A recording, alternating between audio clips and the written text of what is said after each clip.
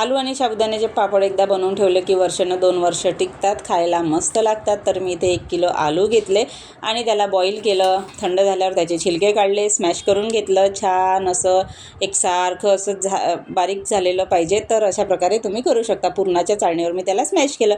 नंतर इथे 1 पावच्या जवळपास मी इथे साबुदाणा घेतला, हलकासा भाजून घेतला, त्याला ग्राइंड केला आणि चाळणीने चाळून घेतला। आता आलूमध्ये ते सगळं टाकलं आणि चिली फ्लेक्स, जिरा आणि मीठ टाकून त्याचा उंडा मळला। त्याला 10 ते 15 मिनिटाची रेस्ट दिली, म्हणजे चांगला मुरून जातो साबुदाणा। आता त्याचे छोटे छोटे उंडे बनवले। कोळपाट घेतलं, कोळपाटावर छान असा पॉलिथिन घेतला, वरून खालून मध्ये उंडा टाकला आणि चांगलं ताटाने किंवा झाकणीने प्रेस करायचं, म्हणजे असं वजन द्यायचं त्यावर। असं पापड आपले रेडी होतात बघा। पुऱ्याची मशीन नाही आहे तरीसुद्धा पापड मस्त झाले की नाही गोल गोल। तर आता याला काय करायचं, 2 ते 3 दिवसाची मस्त अशी कडकडीत ऊन द्यायची, वाळवायचे आणि मस्त असे तळून खायचे। तर मस्त खा, स्वस्त राहा, पण सबस्क्राईब केल्याशिवाय जाऊ नका।